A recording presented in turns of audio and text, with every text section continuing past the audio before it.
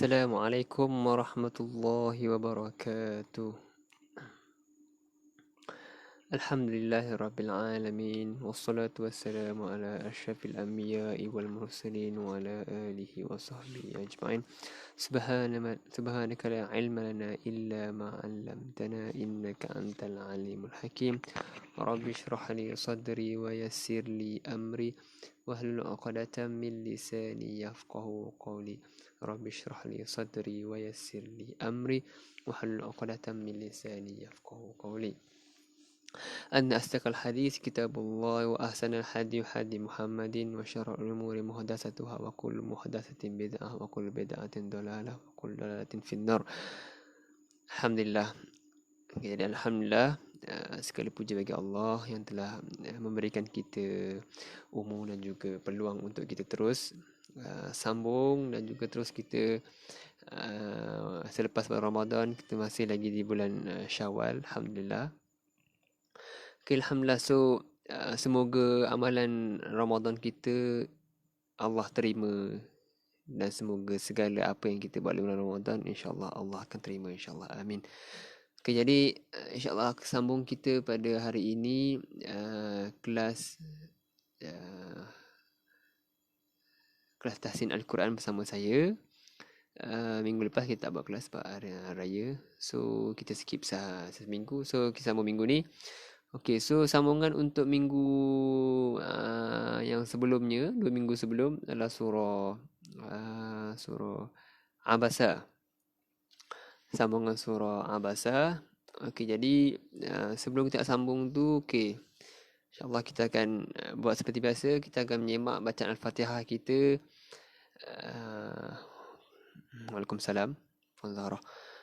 Kita akan menyemak bacaan Al-Fatihah kita seperti biasa. Okey.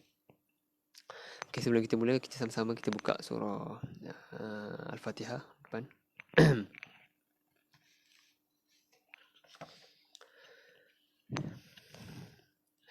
Bismillahirrahmanirrahim.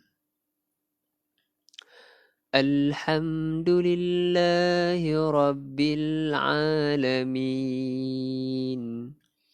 الرحمن الرحيم مالك يوم الدين إياك نعبد وإياك نستعين اهدنا الصراط المستقيم صراط الذين أنعمت عليهم غير المغضوب عليهم ولا الضالين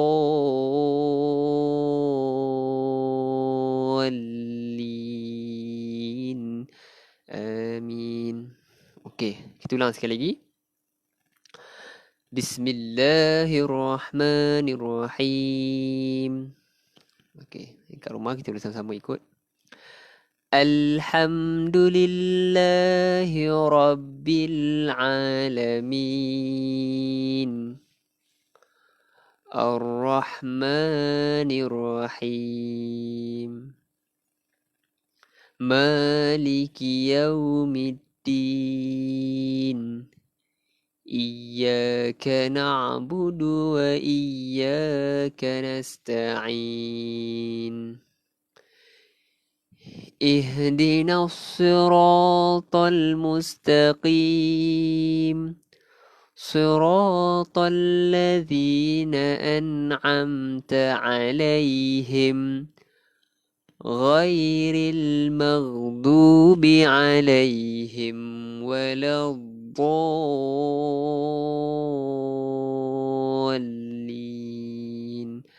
آمين. أوكي، الحمد لله.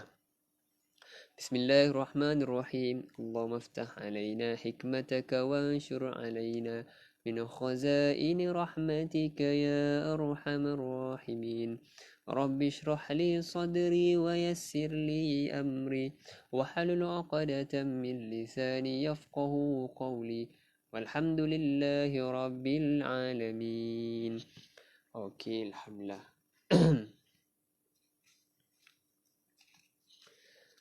Okey, jadi sebelum pada kita mula, saya nak berkongsikan tentang satu kisah. Kisah ni yang diceritakan daripada hadis Nabi sendiri. Daripada riwayat Bukhari nombor 3465. Okey, kisah ni adalah kisah 3 pemuda di dalam gua. Okey, saya ceritakan dalam bahasa Melayu. Okey, diriwayatkan daripada Abdullah bin Umar radhiyallahu anhu. Dia berkata bahawa Rasulullah sallallahu alaihi wasallam bersabda, maksudnya, okey, dahulu ada 3 orang daripada umat sebelum kalian berjalan bersama. Okey, pada zaman Rasulullah, sebelum pada zaman Rasulullah ceritakan tu, kata sebelum pada zaman kalian ada 3 orang pemuda ni, dia berjalan sekali. Kemudian mereka menjumpai sebuah gua yang dapat digunakan untuk berteduh. Kira diorang macam jenis berjalan. Lepas tu diorang ada nampak satu gua untuk berteduh. Kemudian diorang masuk ke dalamnya. Kemudian tiba-tiba sebongkah batu yang besar dari atas bukit jatuh dan menutupi pintu gua itu sehingga mereka tidak dapat keluar. Salah seorang daripada mereka berkata, sesungguhnya tidak ada yang dapat menyelamatkan kamu semua daripada bencana ini melainkan bila kamu semua berdoa kepada Allah dengan menyebutkan amal-amal soleh yang pernah kamu lakukan. Okey, jadi diorang masuk dalam gua, kemudian diorang untuk berehat. Lalu datang satu batu besar yang menutupi pintu gua tu. Lepas tu tak dapat diorang nak keluar. Salah seorang daripada diorang tu mengatakan bahawa korang kena sebutkan amalan-amalan yang soleh atau perkara-perkara baik yang pernah korang lakukan. Kemudian korang persembahkan ataupun korang menggunakan amalan baik itu. Lepas tu maka salah seorang daripada mereka mula berdoa, ya Allah yang Tuhanku, aku dahulu mempunyai seorang ayah dan juga ibu yang sudah tua. Aku selalu mendahulukan memberi minum susu kepada mereka berdua sebelum memberikannya kepada keluargaku. Pada satu hari aku terlambat pulang daripada mencari kayu api dan aku mendapati mereka berdua telah tidur. Aku terus memerah susu untuk mereka berdua minum. Mereka berdua telah tidur tapi aku tidak mahu untuk mengganggu tidur mereka. Namun pada masa sama aku juga tidak mahu mendahulukan susu tersebut kepada keluarga aku. Jadi dia menunggu ibu dia tu. Dia biasanya kalau setiap hari memang dia akan bagi susu kat kedua mak bapak dia sebelum pada keluarga dia sendiri. Jadi suatu hari tu mak bapak dia waktu dia balik tu, dia balik dah lewat. Biasanya dia bagi dalam petangnya tu, tapi dia balik lewat. Dia bagi tu mak dia dah tidur dah. Jadi dia tunggu mak dia bangun, mak dengan bapak dia bangun untuk bagi susu sampailah pagi, daripada malam sampai pagi. Kemudian dia bagi susu kat mak bapak dia. Kira pengorbanan dia paling besar lah waktu tu. Dia kata, ya Allah, jika aku berbuat begitu kerana mengharapkan keredaanmu, maka gerakkanlah batu menutupi gua ini untuk kami. Batu tu pun bergerak sikit, tapi dia orang tak dapat nak keluar juga. Tak dapat keluar lagi lah maksudnya, tapi bergerak dah sikit. Kemudian seorang lain yang berdoa, ya Allah, sungguhnya aku mempunyai sepupu wanita yang sangat aku cintai. Kisah yang kedua ni dia menceritakan bahawa dia mempunyai seorang sepupu wanita yang dia sangat cintai, sepupu dia sendiri. Lepas tu pada satu hari tu dia ajak aku mencintainya sebagaimana seorang lelaki mencintai seorang wanita. Aku ingin berzina dengannya tapi dia menolak. Beberapa tahun kemudian sepupuku ini ditimpa kesusahan sehingga terpaksa datang kepadaku untuk meminjamkan wang kepadaku. Jadi pada waktu tu dia kata, okey, aku boleh bagi kau 1000 dinar tapi kau kena buat sesuatu. Kau buat sesuatu untuk aku. Lepas tu perempuan tu kata, aku boleh buat lah sebab perempuan tu nak sangat guna duit kan. Lepas tu waktu nak buat tu dia kata, takutlah kamu kepada Allah. Sesungguhnya apa yang kamu lakukan ni adalah perbuatan yang Allah laknat. Kemudian dia tinggalkan perempuan tu. Sedangkan dia adalah wanita sangat aku cintai dan aku membiarkan sahaja dinar yang aku berikan kepadanya. Ya Allah, jika aku berbuat sedemikian kerana mengharapkan keredaanmu, maka berikanlah kami jalan yang untuk kami keluar. Lepas tu batu tu pun bergerak juga sedikit, tapi tak dapat nak keluar juga. Okay, untuk lelaki yang ketiga ni, dia ceritakan bahawa dia ada seorang pekerja ni. Dia setiap bulan dia akan bagi gaji kat setiap pekerja dia. Kecuali seorang pekerja ni, pada nak bagi waktu nak bagi gaji kat pekerja ni bulan tu, pekerja tu lari hilangkan diri macam tu. Lepas tu kira gaji yang pekerja dia tu dia gunakan dia rolling duit gaji pekerja dia tu sampailah dia boleh beli unta dan sebagainya apa semua. Lepas tu beberapa tahun kemudian pekerja yang menghilangkan diri tu datang kat dia. Kata, wahai si fulan, kata aku ingin gaji apa, wang gaji aku yang sebelum ni aku terlupa. Lepas tu dia kata, kamu tengok dekat ladang tu ada unta, ada kambing, ada lembu dan sebagainya. Itu adalah semua duit kamu yang aku gunakan. Lepas tu dia kata, kamu jangan bohong. Dia kata, ya betul, sungguhnya itu adalah duit kamu yang aku gunakan untuk aku kembangkan lagi bisnes aku. Lepas tu dia ambil semuanya tu tanpa tinggalkan sedikit. Jadi dia kata, kalaulah aku buat demikian untuk mengharapkan keredaanmu, maka kamu gerakkanlah batu tu sedikit. Maka batu tu pun gerak dan juga orang pun boleh teruskan perjalanan diorang. Okey, jadi sinopsis apa yang kita boleh dapat daripada kisah ni. Okey, kita buatlah kebaikan sebanyak-banyaknya. Maksudnya, setiap kebaikan kita tu, kita tak tahu kebaikan mana yang Allah terima, betul tak? Yalah, kita solat, kita bagi zakat, kita zikir dan sebagainya. Kita tak tahu amalan mana yang Allah terima, kan? Sedangkan dekat dalam solat kita sendiri pun kita tak boleh nak yakin dan tak boleh nak 100% pasti bahawa Allah terima ke tak. Bukannya kita bersangka buruk dengan Allah, tak. Maksudnya kita kena ada sifat bahawa jangan terlampau yakin dengan kebaikan apa yang kita buat. Boleh tahu kebaikan yang kita rasa macam remeh, itu yang Allah terima. Boleh jadi kebaikan kita rasa macam kita betul-betul sungguh-sungguh kebaikan tu, tapi Allah tak terima. Mungkin ada waktu tu kita ada perasaan riak dan sebagainya. Jadi benda tu boleh memutuskan lagi Allah terima ke tak, kan? Kita tak boleh nak terlampau yakin. Itu sebab kalau dalam solat tu kita kena sentiasa berdoa kepada Allah, semoga Allah terima amalan kita. Sifat orang beriman ada 3. Yang pertama adalah dia tak yakin dengan amalan dia terima ke tak. Yang kedua, dia risau Allah terima ke tak amalan dia. Dan yang terakhir adalah dia berdoa semoga Allah menerima amalan dia. Maksudnya pertama, dia kena risau. Pertama, dia tak yakin bahawa Allah terima ke tak amalan dia. Yang kedua, dia kena risau bahawa Allah terima ke tak amalan dia. Yang terakhir adalah dia kena sentiasa berdoa semoga Allah menerima amalan dia. Sebab kita kena sentiasa berdoa, Allahumma taqabbal minna innaka antas samiun alim. Allah, kau terimalah amalan kami, sungguhnya engkau maha mendengar lagi maha mengetahui. Jadi kita kena, kisah yang pertama yang saya kongsikan ni, kita kena sentiasa risau dan juga sentiasa ada rasa semoga berdoa semoga Allah menerima amalan kita, setiap apa yang kita lakukan. Tak boleh terlampau yakin bahawa apa yang kita buat tu adalah jadi sebagai bukti bahawa Allah terima ke tak amalan kita, besar mana ke tak. Macam dalam kisah dalam Al-Quran, Allah ceritakan, وَتُبْ عَلَيْهِمْ نَبَأَ ابْنَيْ آدَمَ إِذْ قَرَّبَ قُرْبَانًا فَتُقُبِّلَ مِنْ أَحَدِهِمَا وَلَمْ يُتَقَبَّلْ مِنَ الْآخَرِ إِنَّمَا يَتَقَبَّلُ اللَّهُ مِنَ الْمُتَّقِينَ. وَتُبْ عَلَيْهِمْ, kau ceritakan kepada mereka 2 anak Nabi Adam. Ni cerita zaman Nabi Adam lah. Tapi Allah sampaikan kepada Nabi Muhammad, kau ceritakan kepada mereka dua kisah anak Nabi Adam. Bila mana dua-duanya Allah suruh mengkedepankan kurban. Maksudnya Allah suruh memberi korban dua-duanya pada zaman Nabi Adam tu, dua-duanya korban. Okey, dua-dua bagi korban pada zaman tu. Yang si Habil bagi korban, Qabil bagi korban. Lepas tu Allah kata inama taqabbalullah, Allah kata iz qarba qurba fatuqbila min ahadima wa lam taqabbal min akhar. Allah menerima salah satunya dan tidak menerima dalam salah satunya. Maksudnya Allah menerima daripada Habil dan Allah tidak menerima daripada Qabil. Jadi sebab apa Allah tak menerima? Innama taqabbalullah minal muttaqin. Sungguhnya yang menerima, sungguhnya Allah menerima taubat adalah daripada hamba-hambanya yang bertakwa.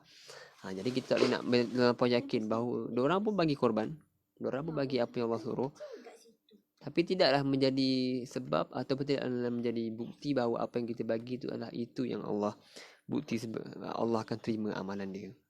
Jadi kita jangan terlampau yakin dengan apa yang kita buat, kena sentiasa berdoa semoga Allah terima amalan kita, insya-Allah. Okey, alhamdulillah. Jadi sikit sebanyak perkongsian saya untuk awal kelas ni. Okey, jadi kita bersama-sama sambung kelas kita. Okey, bagi siapa yang baru masuk, okey, buka surah Abasa.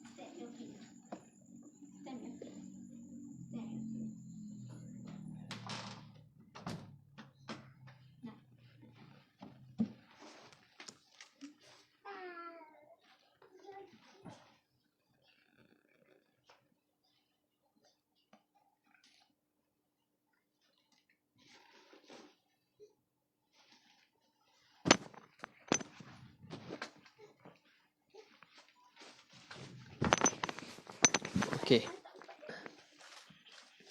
Okey, sambung kita pada surah Abasa. Muka surat 585, juzuk yang ke-30.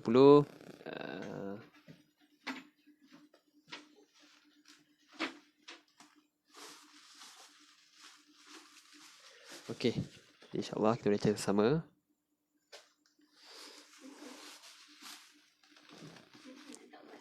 Okey. Bismillahirrahmanirrahim.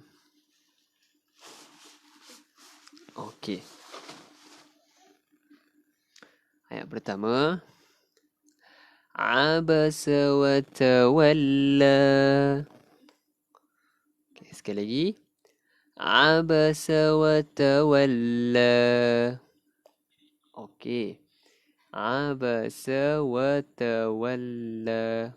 Okey, abasa ni semua satu harakat. Abasa, kemudian wa tawalla. Okey, wa tawalla ni ada sabdu. Kita kena tekankan lah.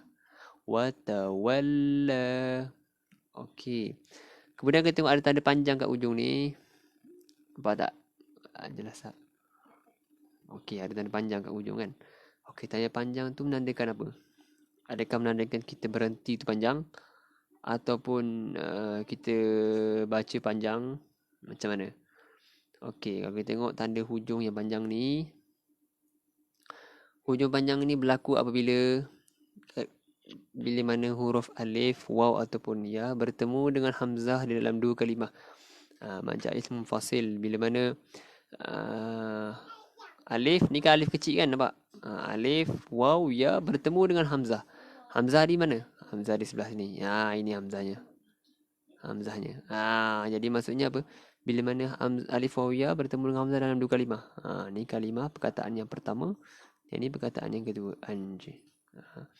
Dia berlaku bila mana? Kalau kita sambung bacaan lah. Kalau kita bentik ni dia tak berlaku lah. Jadi biasa lah. Dia jadi ma'arid sukun je lah. Wa tawalla. Kalau kita sambung akan jadi abasa wa tawalla anja. Dia akan panjang bila mana kita sambung. Dia berlaku bila mana kita sambung. Tapi tak berlaku bila mana kita berhenti bacaan padanya. Mad jaiz munfasil 4 ataupun 5 harakat ikut kelajuan ataupun kadar bacaan yang kita baca. Okey, boleh. Okey, seterusnya. Anja'ahul a'ma. Okey, sekali lagi. Anja'ahul a'ma. Okey, tengok perkataan anja. Nun mati bertemu jim. Hukum dia apa? Nun mati bertemu jim, hukumnya ikhfa hakiki. Kita dengungkan, kita bacanya anja, dengungkan. So hukumnya ikhfa hakiki. Jadi kita dengungkan. Kena menyembunyikan hakikat bunyi nun mati. Asalnya bunyi nun mati kan an. Tapi bila mana ikhfa hakiki kena dengungkan. Anja. Okey, yang pertama. Yang kedua, tengok perkataan ja. Hari ni kita buat revision balik tajuk kita. Kau ada yang tak ni kan. Okey, perkataan ja'ahul. Ja, ada tanda panjang tak ja tu, warna biru.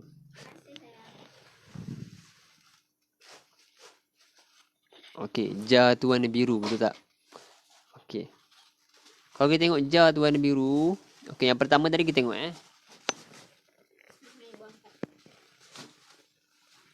Okey, yang pertama tadi kita tengok sini, warna hijau, betul tak? Okey, warna hijau, hukum dia mad jaiz munfasil. Tapi bila mana kat sini warna biru, hukumnya adalah mad wajib muttasil.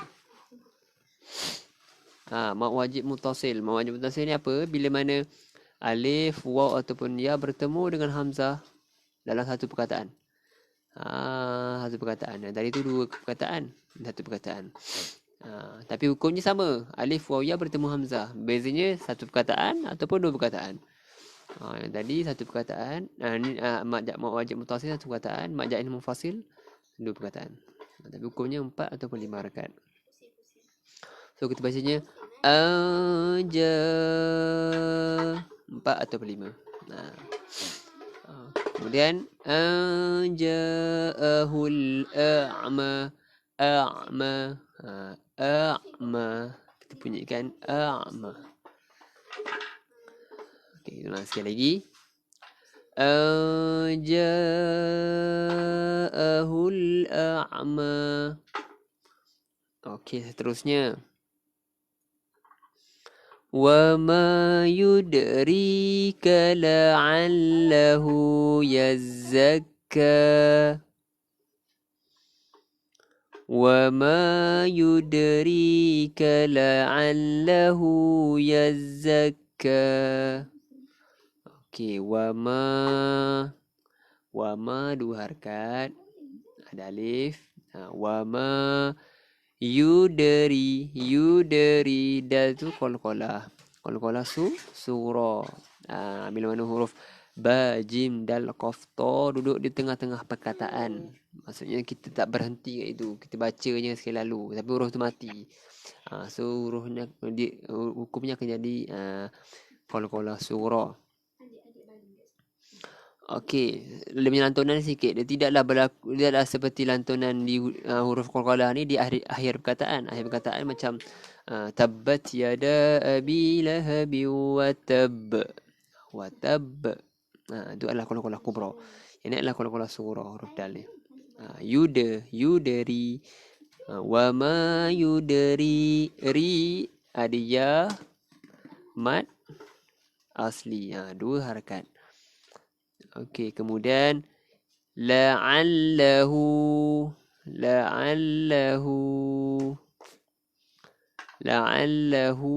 hu maksilah qasirah.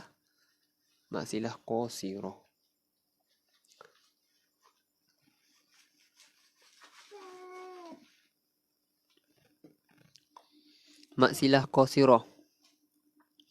Maksilah qasirah ni macam mana?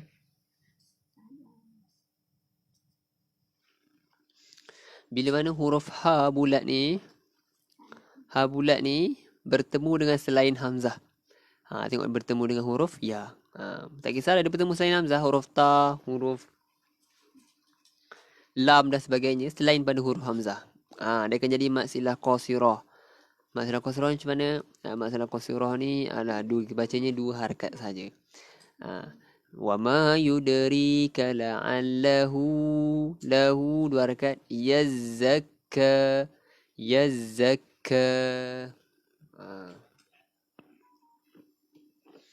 Okey, kita ulang sekali lagi.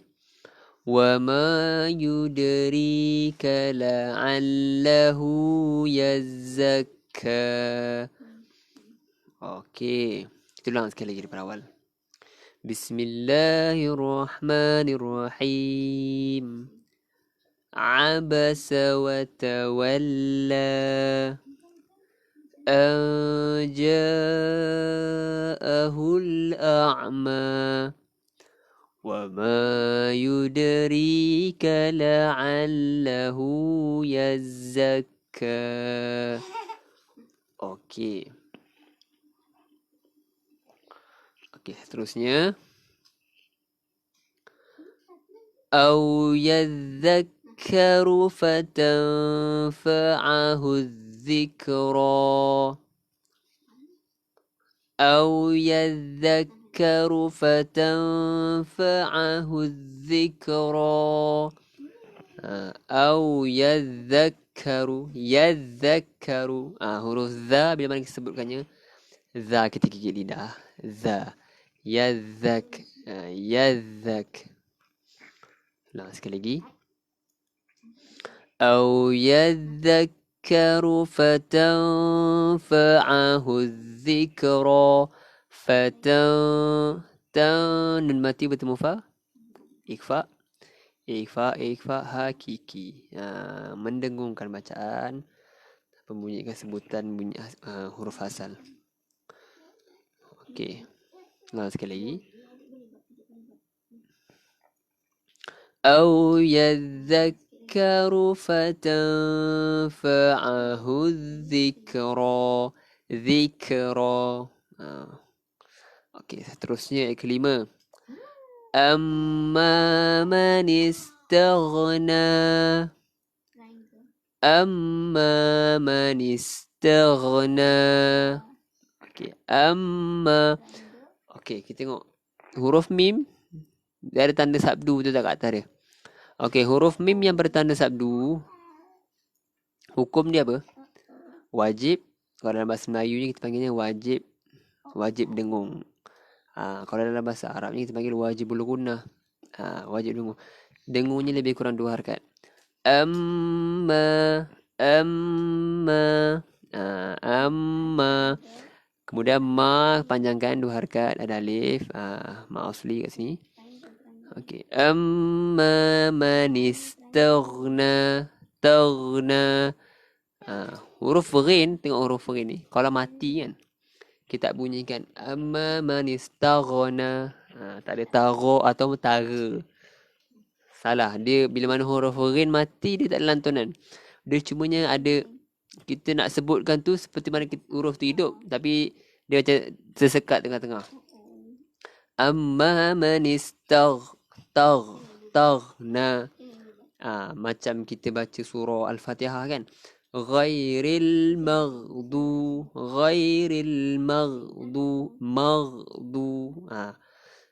Dia salah kalau kita baca ghairil maghdu. Salah dari segi sebutan huruf ghain tu. So kita bacanya ghairil maghdu. Itu yang betulnya. So ini sama juga macam ni. Kita bunyikan huruf ghain tidaklah. Kalau mati tak adalah kita bunyikan amma man istaghna. Taghna ataupun taghna. Salah. Dia bunyi dia semua macam sekat. Amma man istaghna. Taghna. Boleh? Okey, kita ulang sekali lagi ayat kelima. Amma man istaghna. Okey, ahlan wa sahlan, selamat datang bagi siapa yang baru masuk. Okey, Waalaikumsalam. Puan Sarah, Puan Fuzah. Okey, Rehmi. Okey. Okey, kita sambung. Ayat yang ke-6. فأنت له تصدى. فأنت له تصدى. Okey. فأنت له. Nun mati bertemu ta. Macam sebelum kita dah jumpa. Sebelum kita dah jumpa ni dengan juga ni. Hukum dia apa? Ikhfa hakiki. Kita refresh balik. Kita tengok kalau kat Al-Quran Quran yang sekarang ni dia sangat mudah, dia tinggalkan tanda tu warna hijau. Kalau ikhfa hakiki kan, kita tengok dia punya tanda nun dia ataupun tanda tanwin dia berwarna hijau. So kita mudah untuk kenal lah, maksudnya kalau tanpa nak tengok huruf dia bertemu dengan huruf apa kan, kita cuma tengok huruf dia warna hijau. Okey, ni ikhfa hakiki lah, so kita kena dengungkan. Tak adalah kita bacanya fa anta, so salah lah. Baca ni dengung. Fa anta lahu. Dengung. Okey. Kemudian lahu ha dhamir bertemu dengan selain hamzah, hukum dia macam yang atas tadi. Maksilah qasirah. Hukumnya 2 harakat kita bacanya. Maksilah qasirah. Okey. Ulang sekali lagi. Fa anta lahu tasadda. Fa anta lahu tasadda. Lahu 2 harakat. Maksilah qasirah. Yang mana ha dhamir, ha bulat ni bertemu dengan selain hamzah. Kalau bertemu hamzah akan jadi maksilah tawilah. Boleh? Okey, sekali lagi kita ulang. فأنت له تصدى. Okey. Terusnya ayat ke-7.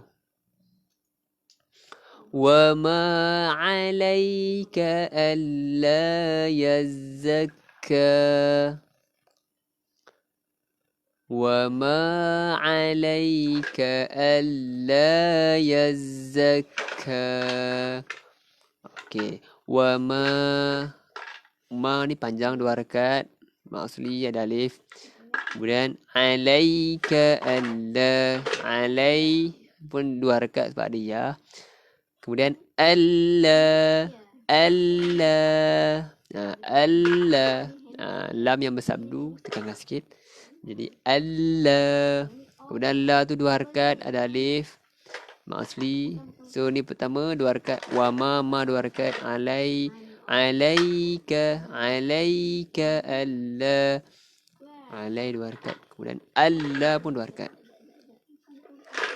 Okey, kita ulang sekali lagi. Wa ma alaika alla yazzakka. Yazzakka.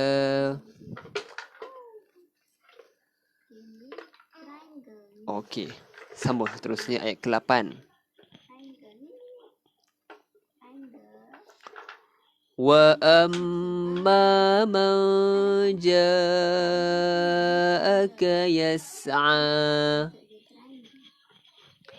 Wa amma man ja'aka yas'a. Okey, wa amma. Tadi macam saya kata huruf mim yang bertanda sabdu berwarna merah. Hukum dia apa? Wajib dengung ataupun wajib bergunah. So kita tekankan 2 harakat. Dia senang je. Dia kalau kita tengok huruf yang wajib bergunah ni adalah huruf idgham bi gunnah. 4 huruf tu bila maknanya dia bertanda sabdu, sabdu akan warna merah macam ni. So senanglah kita nak tengok. Okey, warna merah ni kita tekankan.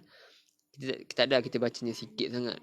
Dengung dia macam wa amma, salah lah. Dia kita baca wa amma, lebih kurang 2 kali.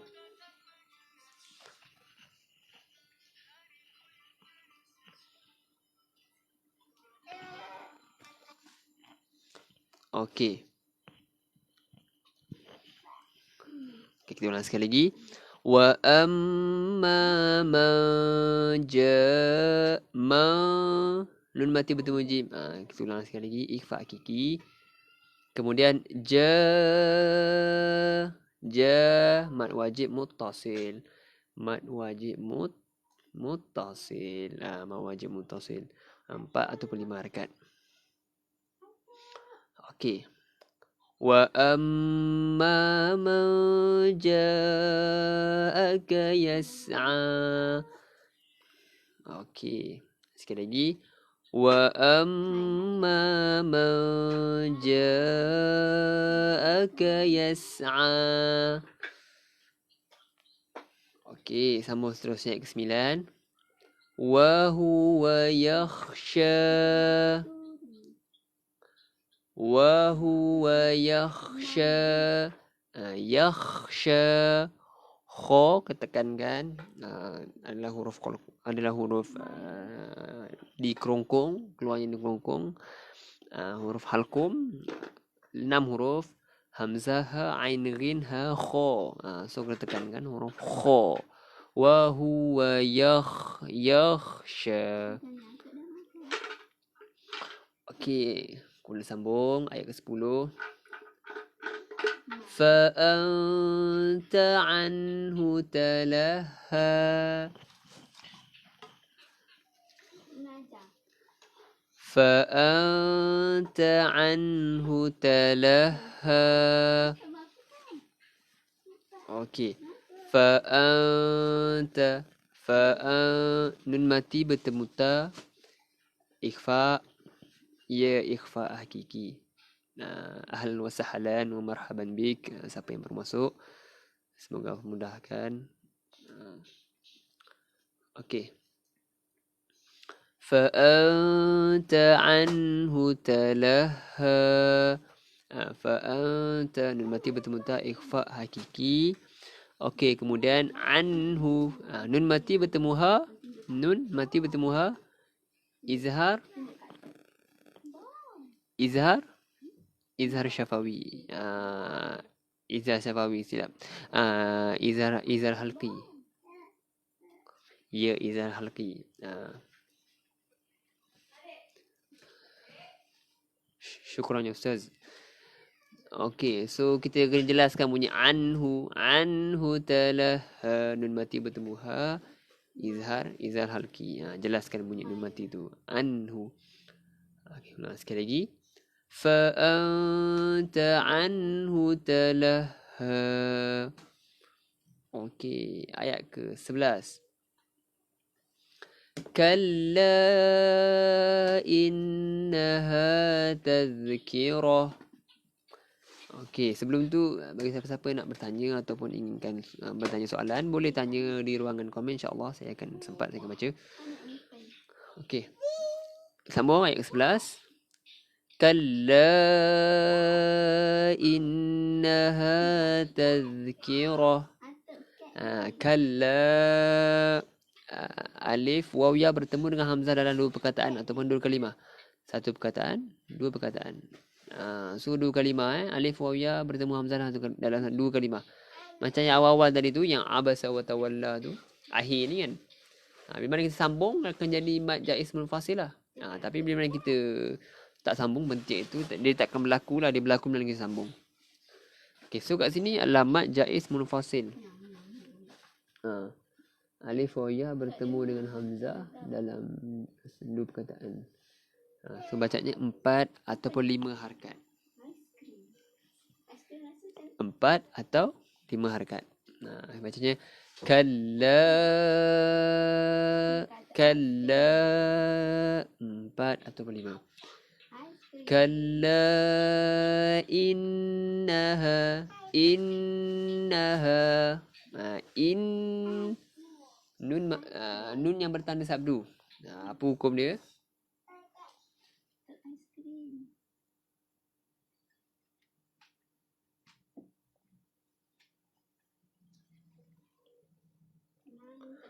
Nun yang bertanda sabdu hukum dia wajib dengung ataupun wajibul gunnah. Sama je macam hukum ni. Kita tengok hukum dia 4 huruf. Yang 4 huruf ni bila mana kita tengok dia bertanda sabdu, so dia adalah wajib gunnah ataupun wajib dengung.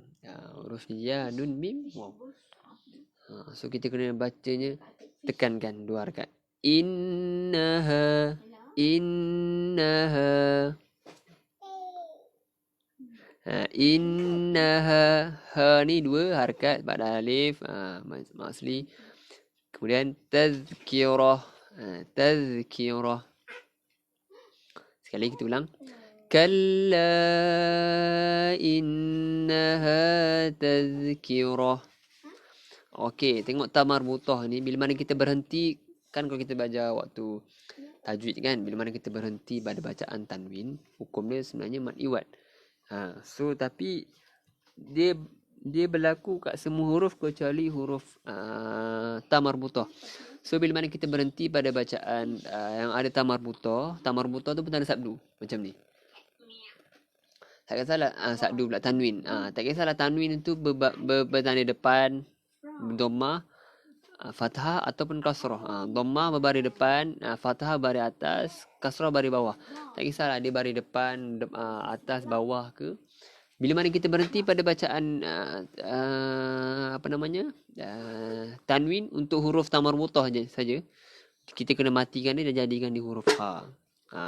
So kita bacanya kalla innaha tazkirah. Kirah. Tak ada kita baca tazkiratu ataupun tazkirata kalau atas, kalau bawah tazkirati, tak. Terus matikan dia. Tazkirah. Okey, boleh. Okey, ulang sekali lagi. Kalla innaha tazkirah. Okey, kemudian ayat 12. faman syaa dzakarah. Sekali lagi. Faman syaa dzakarah. Faman nun mati bertemu shin.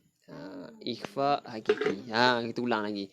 Saya akan ulang walaupun kita akan jumpa hukum sama. Saya akan ulang juga untuk bagi kita betul-betul ingat buku-buku yang ada dalam Al-Quran ni. InsyaAllah. Semoga kita baca Al-Quran. Warattilil Quran tartila. Hendaklah kamu baca Al-Quran dengan cara tartil ataupun dengan cara yang bertajwid. Tidak terlampau ikutkan lagu sampaikan tajwid pun tunggal langgang entah ke mana kan.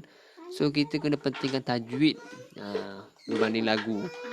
Ya, ada orang buat video lagu versus tajwid kan. Kita lebih pentingkan lagu kan sampai kita terlupa tajwid. Kena pentingkan tajwid baru kita bila kita tahu kita tajwid kita selitkan sikit lagu-lagu yang kita nak, insya-Allah. Okey. Ayat 12. Faman syaa dzakara. Sya ni mad wajib. Mad wajib muttasil. Mad wajib muttasil. 4 ataupun 5 harakat. Kita bacanya. Okey. Sekali lagi. Faman syaa dzakara. Okey, seterusnya ayat ke-12. Fi suhufim mukarramah. Sekali lagi. Fi suhufim mukarramah. Okey. Fi dua harakat ada ya. Kemudian suhufim tanwin bertemu mim. Idgham bi gunnah. Memasukkan berserta dengung. So kita bacanya fi suhufim rapat dengan bibir. Masukkan berserta dengung. Masukkan yang tanwin ni ke dalam huruf mim. Idgham bi gunnah. Okey. Sekali lagi tulang. Fi suhufim rapat dengan bibir. Fim mukarramah. Mukarramah. Tamar butoh saya cakap sebelum ni kan. Kita berhenti pada tamar butoh. Tak kisah tanwin atas, depan ataupun bawah. Kita kena matikan dia dan jadikan dia huruf ha. Sekali lagi. Fi suhufim mukarramah. Okey, seterusnya ayat ke-14. Marfu'atim mutahharah. Sekali lagi. Marfu'atim mutahharah. Marfu'atim tanwin bertemu mim. Ni hukum dia ni. Apa hukum dia? Ya, sama dengan atas ni. Tanwin bertemu mim, ni pun tanwin bertemu mim. Idgham. Memasukkan berserta dia. Idgham bi gunnah.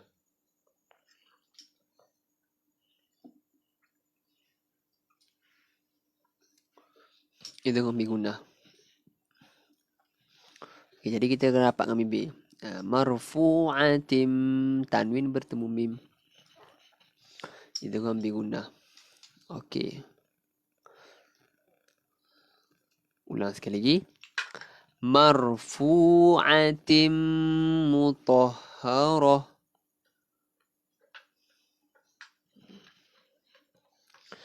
Okey, seterusnya ayat ke-15. Okey, sebelum tu kita tengok sama 15 kan, kita tengok ayat 14 ni. Ada mim kecil kat sini. Hukum dia apa? Tengok mim kecil ni. Kalau kita belajar tanda wasal kan, tanda kita waqaf berhenti. Kalau mim kecil tapi dia duduk atas lah, mim kecil kat atas tu tanda ni adalah lazim berhenti ataupun digalakkan berhenti. Tapi ni tanda ni kat bawah. Warna merah tanda ni. Ni hukum dia adalah iqlab. Bila ada tanwin tengok ni tanwin kat sini tapi digantikan dengan mim. Tanwin bertemu dengan huruf ba. Hukumnya iqlab. Kena menukarkan tanwin kepada huruf mim. So dia berlaku sama je. Dia tanda ni bila mana kita sambung bacaan lah. Sini sambung ke sini. Akan jadilah iklab tu, tapi kalau kita berhenti taklah jadi mutahharatim. Taklah. Bila mana kita sambung akan jadi marfu'atim mutahharatin bi aidi tin. Tanwin bertemu ba, iklab menukarkan tanwin ataupun nun mati kepada huruf mim. So cara sebutan iklab kita tak dapat ambil bil seperti mana idgham bi gunnah ataupun idgham mislain. Kita merenggangkan sedikit bibir kita, ada ruangan angin untuk lalu. So kita bacanya marfu'atin mutahharatin, tak dapat ambil iklab. So kita tak dapat ambil, kita ada mutahharatim tim, dia dengung.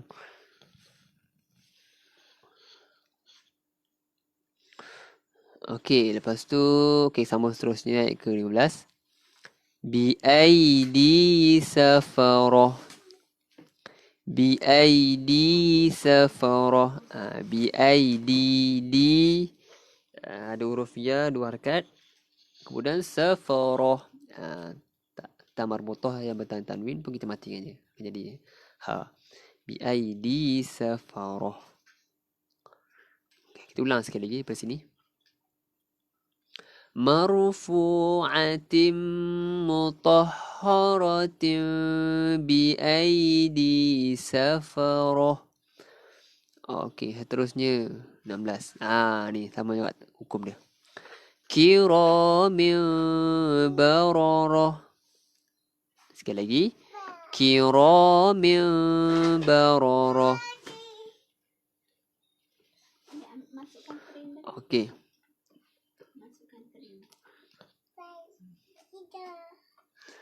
Okey, bila mana tengok hukum ni sama tadi, tapi tadi tu tak bersambung. Dia tak berlaku bila mana tak bersambung. Tapi ni memang dah ada kat dalam ni. Okey, hukum ni adalah iklab. Tanwin bertemu ba, menukarkan tanwin ataupun nun mati kepada huruf mim. Jadi kiramin bararah. Okey. Sekali lagi. Kiramin bararah. Mim kita dengungkan. Tak bacanya kiramin ataupun kiramin. Kiramin dengung.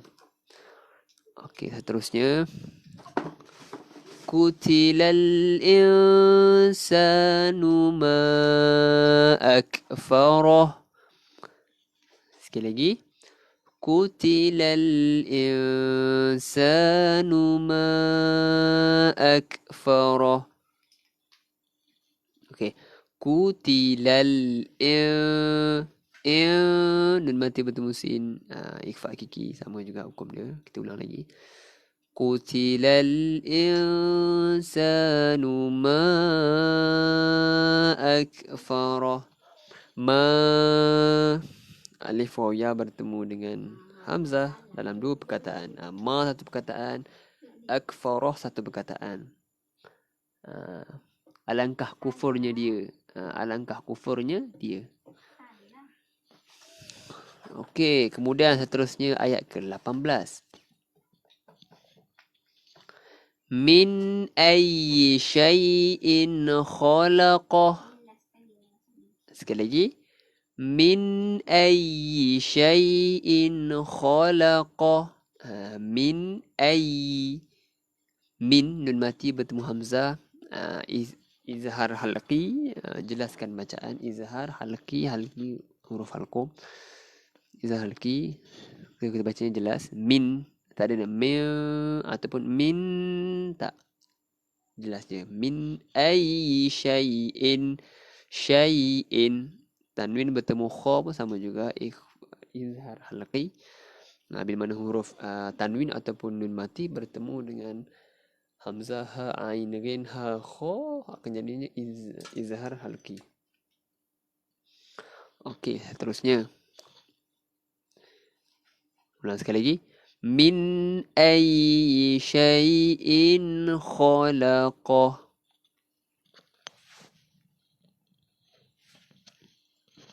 Okey, seterusnya ayat ke-19. Okey, kalau saya laju ke boleh bagi tahu, boleh komen kat situ. Okey, ayat 19. min nutfatin khalaqahu faqaddarah. Sekali lagi. Min nutfatin khalaqahu faqaddarah. Okay, min nun mati bertemu nun. Idgham bi gunnah. Idgham bi gunnah. Masukkan beserta dengung. Kemudian nuta. Ta yang tanda mati ni qalqalah surah. Huruf ta duduk di tengah-tengah perkataan. Qalqalah surah. Sekali lagi. Min nutfatin khalaqahu faqaddarah. Nuta. Dia bunyi nuta. Macam nuta. Min nutfatin. Okey. Kemudian tanwin bertemu kha. Izhar halqi. Jelas bacaannya. Min nutfatin khalaqahu faqaddarah. Okey. Sambung. Okey, sebelum tu insya-Allah kita akan baca sampai ayat 22, kemudian kita akan baca tafsirannya sama-sama insya-Allah. Semoga apa yang kita baca akan faham insya-Allah. Banyak sedikit. Okey. Sambung ayat 19. Min nutfatin khalaqahu faqaddarah. Okey, khalaqahu macam biasa ha bulat ataupun ha dhamir ni dipanggil ni ha dhamir ni. Kesetubuhan ha bulat, istilah kita bertemu dengan selain hamzah akan jadi maksilah qasirah dua harakat. Okey. Kemudian ayat ke-20.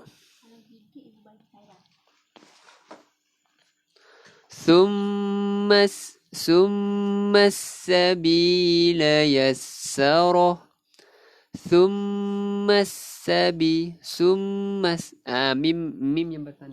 Mim yang bertanda sabdu tekankan wajib dengung ataupun wajib bulu guna. Kemudian summas sabi huruf alif lam ni tidak dilafazkan bila mana kita sambung bacaan padanya. Dia bunyi bila mana kita bila mana kita berhenti kat sini. Tapi kalau disambung tak bunyi lah. So kita bacanya summas sabil. Ni alif lam syamsiah. So tidak dilafazkan bunyi lamnya dan alif. Bacanya summas sabila yassara. Sabila yassara. Bi dua harakat, ada huruf ya. Okey, kemudian yassara.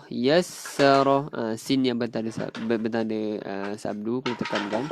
Yassara. Okey, sekali lagi.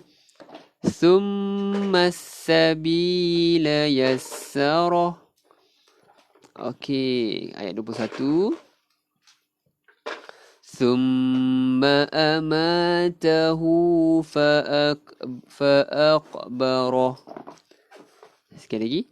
Summa amatahu fa'aqbarah.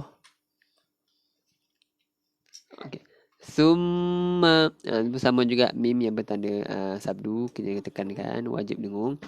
Kemudian ama dua harakat, ada huruf alif ma asli. Kemudian amatahu pun sama juga hukumnya. Hu ni maksilah qasirah dua harakat. Okey, kemudian fa'aqbarah. Qaf huruf qalqalah. Berapa huruf qalqalah kita ada? 5. Ba, jim, dal, qaf, ta. Bila mana huruf qalqalah ni duduk di tengah-tengah perkataan. Bila kita baca, huruf tu mati di tengah-tengah perkataan, akan jadi qalqalah surah. Dan apabila dia mati dan duduk di akhir perkataan, akan jadi qalqalah kubra. Antara nada besar. Surah kecil, kubra besar. Okey, sekali lagi. Summa amatahu fa'aqbarah. Okey, kemudian ayat terakhir sebelum kita berhenti baca tafsirannya. Thumma idza syaa'a ansyarah. Sekali lagi. Thumma idza syaa'a ansyarah. Okey, thumma wajib dengung. Kemudian idza za ada alif asli. Idza alif waw ya alif ataupun waw ataupun ya bertemu dengan hamzah dalam satu perkataan. Wajib muttasil. Wajib muttasil itu bersambung. Hukum harakatnya 4 atau 5 harakat. Tanda dia warna biru dalam Quran. Warna hijau tu mad jaiz munfasil. Munfasil ni berpisah ataupun bercerai ataupun terputus. Kalau muttasil bersambung. Harakatnya sama je, 4 atau 5. Kemudian syarah. Nun mati bertemu shin, ikhfa hakiki. Okey, sekali lagi. Thumma idza syaa'a ansyarah. Nun mati bertemu shin, ikhfa hakiki. Okey, alhamdulillah. Okey. Alhamdulillah. So kita berhenti sekejap kat sini. Ada 22. Okey, bagi siapa-siapa yang ada Quran tafsir ataupun tafsiran per ayat tu boleh kita baca sama-sama dan tengok maknanya. Semoga apa yang kita baca, semoga apa yang kita sedang belajar sekarang ni kita boleh dapat tak banyak pun sikit dari segi makna-makna dia ataupun kita faham apa yang kita baca. Okey. Okey, alhamdulillah. Okey, so kita buka tafsirannya.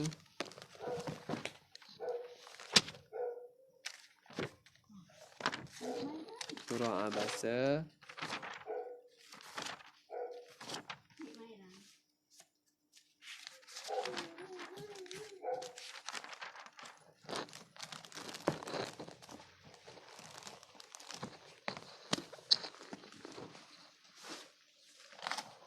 Okey, surah Abasa ni maksudnya bermuka masam ataupun bermasam muka. Okay, surah ni sebenarnya diturunkan untuk Nabi Muhammad. Okey. Surah ni adalah surah yang ke-80 dalam Quran, terdiri daripada 42 ayat. Kita baru baca 22. Ada baki lagi 20. Okey, surah ni surah Makkiyah ataupun surah yang diturunkan sebelum hijrah. Dia panggil Makkiyah. Okey, kita tengok ayat pertama. Abasa wa tawalla. Abasa wa tawalla. Dia Muhammad berwajah masam dan berpaling. Kenapa Allah kata macam tu? Kita tengok sambungan dia. Kenapa Allah kata macam tu? Dia Muhammad berwajah masam dan berpaling. Okey. Ja'ahul a'ma. Okey, kerana seorang buta yang bernama Abdullah bin Ummi Maktum telah datang kepadanya. So seorang lelaki yang bernama Abdullah bin Ummi Maktum datang kepada Muhammad. Rasulullah berwajah masam. Okey, sebab apa? Okey, kita tengok ayat ke 3. Wa ma yudrika la'allahu yazzakka. Dan tahukah engkau Muhammad barangkali dia ingin menguncikan dirinya daripada dosa. Okey. So mengikut dalam Al-Quran ni, okey, Ummi Maktum tu datang pada Rasulullah. Tapi Rasulullah pada waktu tu muka dia masam tengok Ummi Maktum. Lepas tu Rasulullah datanglah wahyu yang mengatakan bahawa Ummi Maktum tu mungkin datang untuk nak bertaubat ataupun nak menyucikan dirinya. Jadi kenapa engkau bermasam muka kepada dia? So Allah tegur. Sedangkan Rasulullah bermasam muka pun Allah tegur, apatah lagi benda yang lagi ni kan. So Allah sangat-sangat menjaga Rasulullah kita kan adalah yang maksum kan. Memang telah disucikan dosanya, benda yang Rasulullah yang akan berlaku dan juga yang telah lepas, dosa-dosa dia disucikan, suci berdosa. Okey, kemudian ayat keempat. Au yadhakkaru fatanfa'ahu dzikra. Atau dia ingin mendapatkan pengajaran yang memberi manfaat kepadanya. Jadi yang pertama, mungkinkah dia datang untuk bertaubat atau menyucikan dirinya, ataupun dia ingin mendapatkan manfaat daripadanya. Dia ingin mendapatkan pengajaran ataupun engkau memberikan pengajaran kepadanya. Okey, kemudian yang kelima, amma man istaghna. Adapun orang yang merasa dirinya serba cukup, pembesar-pembesar Quraisy. Jadi adanya orang yang merasa dirinya cukup. Berbeza dengan orang Abdullah Ibn Maktum ni, dia mungkin dia datang nak menyucikan dirinya. Berbeza dengan orang-orang pembesar Quraisy ni, pembesar Mekah. Fa anta lahu tasadda. Maka engkau Muhammad memberi perhatian kepadanya. Dari untuk pembesar-pembesar Quraisy Rasulullah beri perhatian, tapi untuk Ummi Maktum ni nampak mungkin waktu tu dia selekeh dan sebagainya, dan Rasulullah tidak memberikan perhatian ataupun tidak boleh Rasulullah bermasa muka kepadanya. So Allah menegur kepada Muhammad. Kemudian ayat ketujuh, wa ma 'alaika alla yadhakka. Ayat ketujuh, padahal tidak ada kesalahan ke atas dirimu kalau dia tidak menyucikan diri beriman. Jadi maksudnya tidak ada kesalahan ke atas diri engkau walaupun dia tidak beriman. Allah Imam Maktum ni dia orang Yahudi ataupun orang kafir yang tidak beriman pada waktu itu. Dia datang pada Rasulullah. Rasulullah muka masam je lah, orang Yahudi yang Rasulullah muka masam.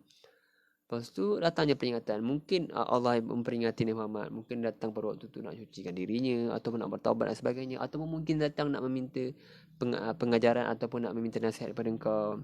Sedangkan engkau kalau pembesar-pembesar Quraisy, engkau layan dia. Tapi kalau orang yang macam orang Ummi Maktum ni, kau tidak layan. Kan?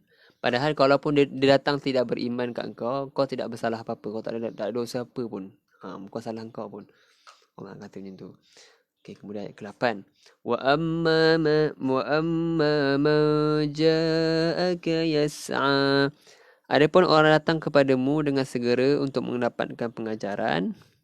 Dan adapun orang datang kepadamu dengan segera untuk mendapatkan pengajaran. Okey, berbeza dengan Ummi Maktum ni, ada orang datang kepada Muhammad untuk dapatkan pengajaran ataupun mendapatkan peringatan dari Muhammad, daripada Nabi Muhammad. Wa huwa yakhsha, dengan perasaan takut kepada Allah. Fa anta anhu talaha. Engkau Muhammad mengabaikannya.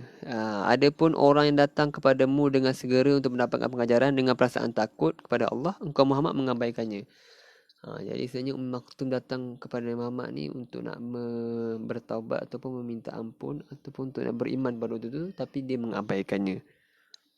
Okey, terusnya ayat ke-11. Kalla innaha tazkirah. Engkau sekali-kali jangan begitu. Sungguhnya ajaran-ajaran Allah itu suatu peringatan. Sungguhnya ajaran Allah satu peringatan. Tak kisahlah orang tu bagaimana sekalipun, kita kena layan dengan serba baik ataupun dengan hati yang terbuka. Tak kisahlah dia orang Yahudi ataupun orang walaupun orang Islam sekalipun datang kepada kita dengan perasaan marah sebagainya, kita kena layan dengan elok. Okey, seterusnya ayat ke-12. Faman syaa'a dzakarah. Maka barang siapa yang mahukannya, dapatlah dia mengambil peringatan itu. Jadi Allah kata barang siapa yang mahukan peringatan atau mahukan pengajaran, dia akan dapat kalau dia betul-betul dengan hati yang terbuka, insya-Allah. Fi suhufin mukarramah. 13. Di dalam kitab-kitab yang dimuliakan di sisi Allah. So kitab yang diturunkan oleh Allah ada 4. Kitab Taurat, Zabur, Injil dengan Al-Quran. Jadi 4 Quran ni adalah peringatan daripada Allah, dan kitab Al-Quran ni adalah kitab akhir zaman dan juga kitab yang paling sempurna. Jadi kitab penutup sekali kitab. Jadi syariat pada akhir zaman. So kitab yang paling sempurna. Bila mana kau nak, Allah kata bila mana kau mengingat peringatan ataupun mahukan pengajaran, tengok pada dalam kitab, semuanya sempurna dalam tu. Okay, kemudian ayat 14. Marfu'atin mutahharah, yang ditinggalkan dan ditinggikan dan disucikan. Kitab yang ditinggikan dan juga disucikan kitabnya. Okey. Kemudian biaidi safarah 15. Biaidi safarah, di tangan para utusan malaikat. Menjadi perantaraan daripada Allah, malaikat Jibril, kemudian kepada para rasul yang diutuskan kitab. Kiramin bararah 16. Yang mulia dan berbakti.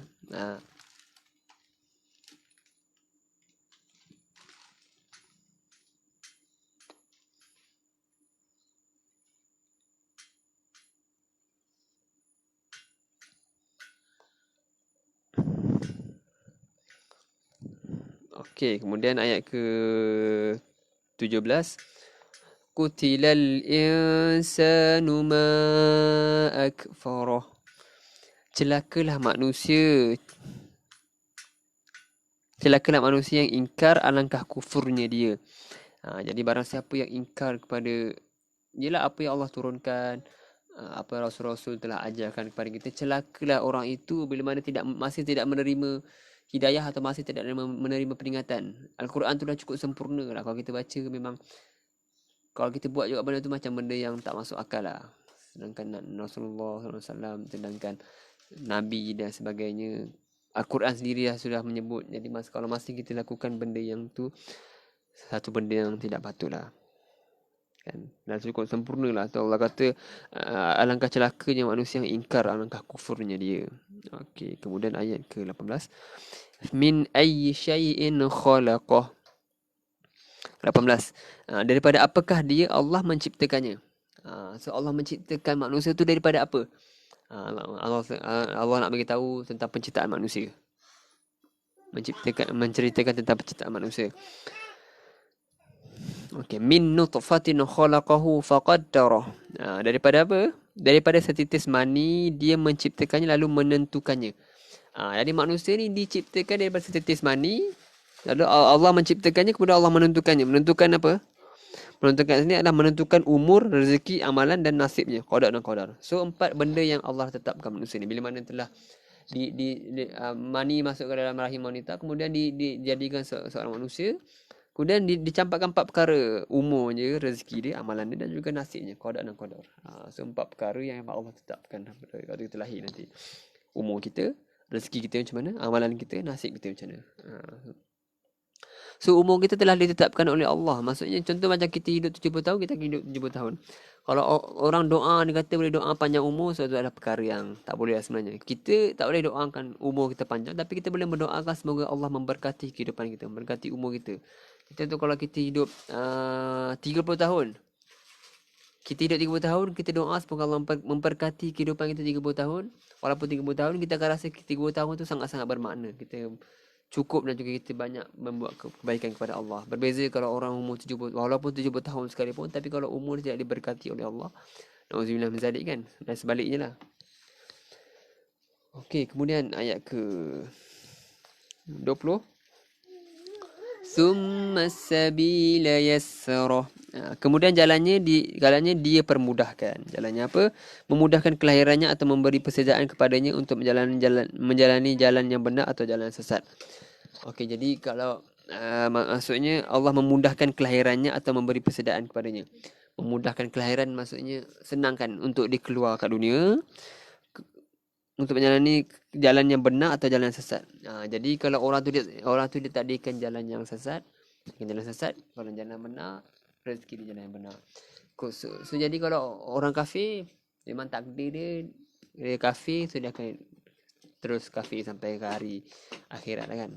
Tapi kalau orang kafir yang mencari hidayah, orang kafir yang mencari hidayah, ialah sedangkan peringatan itulah diturunkan Al-Quran dan sebagainya. Sedangkan dekat dalam agama Yahudi sendiri, diorang pun mengkaji Al-Quran dan diorang memang mengaku bahawa Al-Quran Islam ni agama yang benar. Tapi cuma hidayah tu tidak lagi terbuka untuk diorang kan. Kita kena sentiasa berdoa semoga Allah memberikan hidayah kepada mereka, insya-Allah. Kan banyak orang-orang kafir yang baik-baik kan, derma dan sebagainya.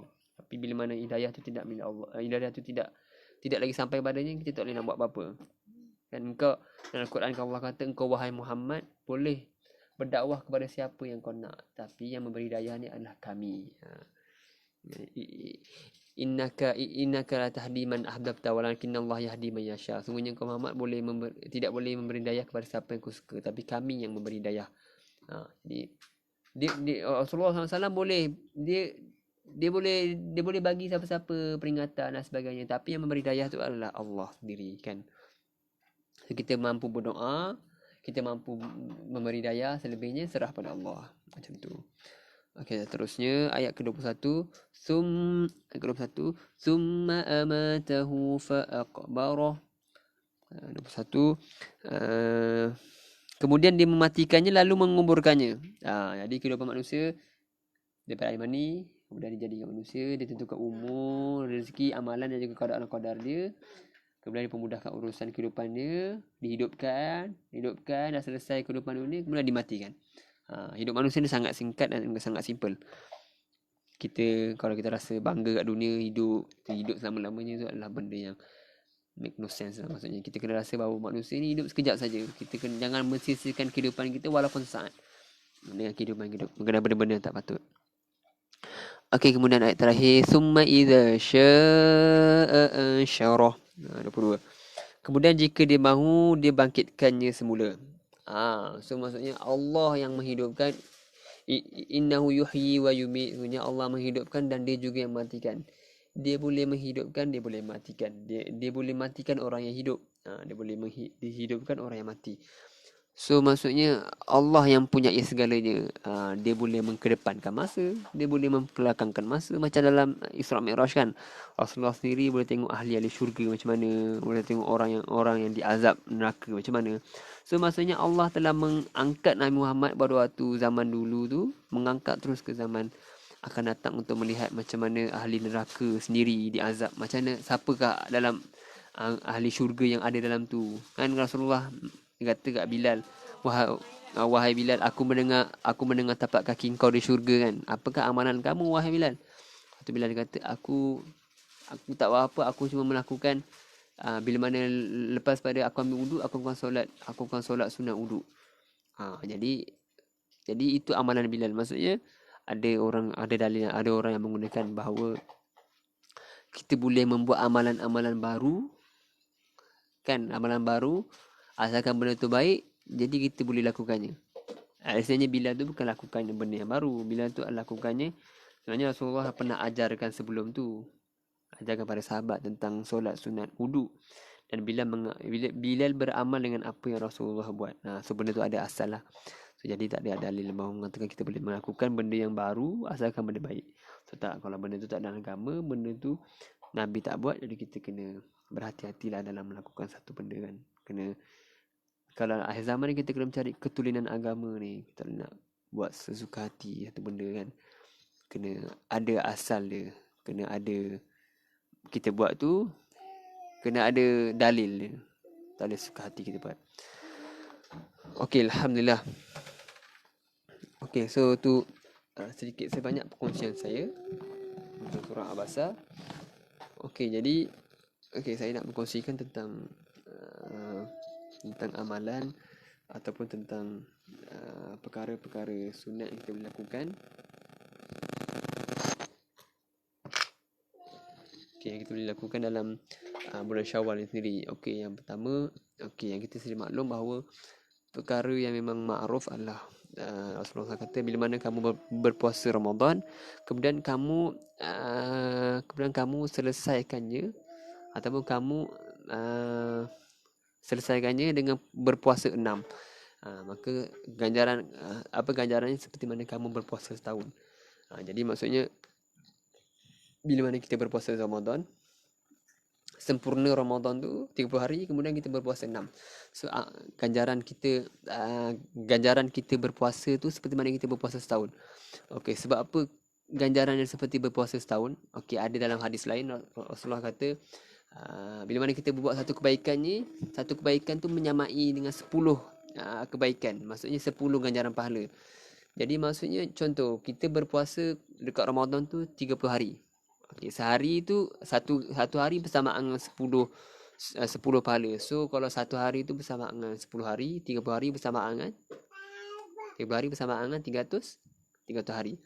Okey, so tu maksudnya 300 hari. Lepas tu kita sempurnakan dia dengan 6 hari. So 6 hari kali dengan 10, 60 hari. So 360. So lebih kurang 360 hari lah. Tu lebih kurang setahun lah ulama memberikan apa? Lebih kurang setahun. So maksudnya di, dekat situ bila mana kita berpuasa Ramadan, kemudian kita sempurnakan dengan puasa 6, kita ibarat berpuasa setahun ganjarannya. Berdasarkan hadis yang kedua, Nabi kata bila mana kita melakukan satu amalan kebaikan, kita diberikan ganjaran 10 ganjaran pahala. Okey, so yang pertama, yang kedua, bolehkah untuk kita lakukan puasa tu dengan cara kita nak lakukan qada dulu ataupun kita nak buat sunat dulu. Okey, ulama berselisih pendapat. Okay, yang pertama adalah kita tak boleh untuk lakukan qada berserta dengan puasa 6, kerana qada adalah benda yang kita hutang pada Allah. Puasa sunat adalah puasa sunat.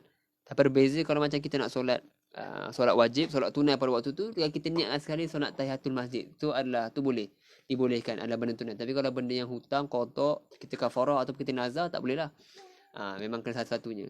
Itu pendapat ulama yang kuat lah. Okay, tapi ada pendapat yang membolehkan bahawa kita menggabungkan sekali amalan kita.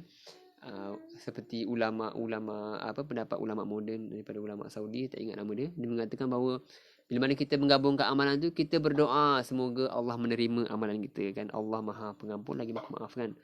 Jadi kita berbuat, ialah Allah Maha mengetahui, kita berdoa agar moga-moga Allah terima lah amalan, kan. Walaupun kita, ialah tu dikhususkan untuk, kadang perempuan kan kadang dia meninggalkan puasa bersebab. Jadi semoga dia menggabungkan pahala menggabungkan puasa sunat dan juga puasa qada tu, Allah menerima amalan, insya-Allah. Okey, jadi itu sedikit perkongsian saya.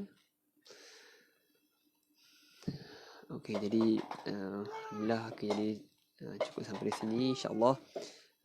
Kita akan sambung kelas kita pada minggu hadapan, insya-Allah, waktu yang sama, hari yang sama, hari Selasa, waktu 8.30, insya-Allah. Okey, jadi kita baca doa sama-sama. Allahumma arhamna bil Qur'an waj'alhu lana imaman wa nuran wa hudan wa rahmah. Allahumma zakkirna minhu ma nasina wa 'allimna minhu ma jahilna warzuqna tilawatahu ana al-laili wa atrafan nahar waj'alhu lana hujjatan ya rabbal alamin. Wassallallahu ala sayyidina Muhammadin wa ala alihi washabihi wasallam. Alhamdulillahi rabbil alamin. Untuk majlis kita tasbih kafarah salatul subhanakallahumma hamdika asyhadu an la ilaha illa anta astaghfiruka wa atubu ilaik. Bismillahirrahmanirrahim. Wal 'asri innal insana lafi khusr illal ladzina amanu wa amilus solihati wa tawassaw bil haqqi wa tawassaw bis sabr. Jadi saya minta maaf segala kekurangan saya. Okey, segala kelebihan Allah pinjamkan sementara untuk saya kongsikan bersama. Aku lakukan hadza wa astaghfirullahalazim. Assalamualaikum warahmatullahi wabarakatuh. Jadi terima kasih siapa yang join hari ni. Last saya, insya-Allah minggu depan ada rezeki, banyak umur, kita berjumpa lagi, insya-Allah. Aku lakukan hadza wa astaghfirullahalazim. Assalamualaikum warahmatullahi wabarakatuh.